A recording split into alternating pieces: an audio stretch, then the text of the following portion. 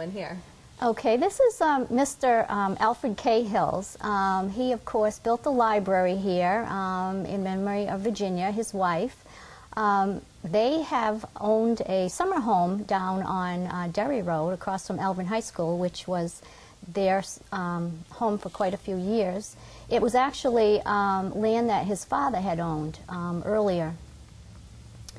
And he was very sad when his wife passed away and knew she had wanted a library, so he, like I said, he built it in her memory. Very nice. Yes. Friends of the Library is a volunteer group that advocates for the library and tries to promote its use and support within the town. We started out in 1979 as sort of a social group, just promoting the programs that the library offered and the services that it could offer to the community. We would meet once a month downstairs in what is now the children's room. That was the meeting room. And we had a speaker and refreshments. That always draws lots of people when you offer refreshments. And we raised a minimal amount of money to donate things like an atlas stand or some signs or small things to the library that they needed outside of their budget. But that was not our primary focus in those years. It was mainly to promote the library to the community. This gentleman is Dr. Greeley.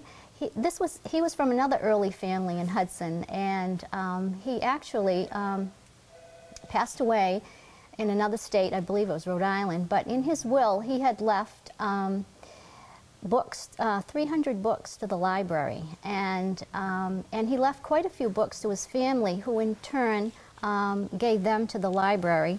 They also sold a few and gave the money from them to the library. And he actually also started an early library here in Hudson that was not a public library, and it was just between a few men in town, so it was more of a private library. But because he gave so much to the library, it was the first public library in Hudson here was named the Greeley Public Library. Oh, that's very interesting. Yeah. All right.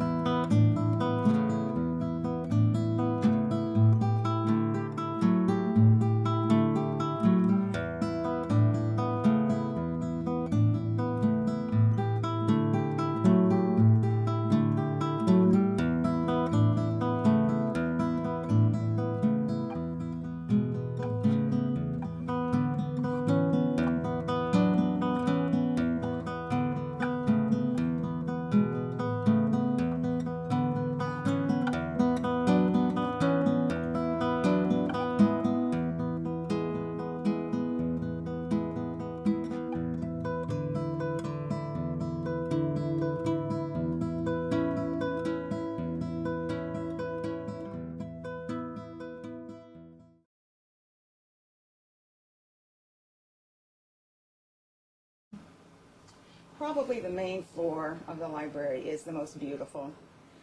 It is so warm, the paneling is so unusual, and if you look at the beams in back of me here, you'll see that they're not only very large, but they're hand-hewn. You don't get that anymore. So I love the main room, even though it's filled with shelving that was never intended to be there. I can look past that and see the beauty of the built-ins and the wood and the actual roof here, which is unusual that it is also cypress paneling, real cypress paneling, not just laminate on top of something else. You don't get that anymore. No. And I would tell cypress paneling from Florida. From Florida. Now, this is my take on it, but this building was built by architects that had probably visited Florida after Flagler opened up Florida and built railroads down there. So I'm sure that they came back from Florida with some of the ideas that Florida architecture had incorporated into their area specifically, which is the cypress paneling and the cypress, large cypress beams here. So if you visit Florida still, many of the homes have the cypress roofs, so ceilings. Yep. So it's my take that that's what happened. They imported some of their ideas from Florida up here. I mean, look at the tile roof. This is not indigenous to this part of the country, so No. I think as well as incorporating some Tudor revival, they incorporated some Florida ideas also.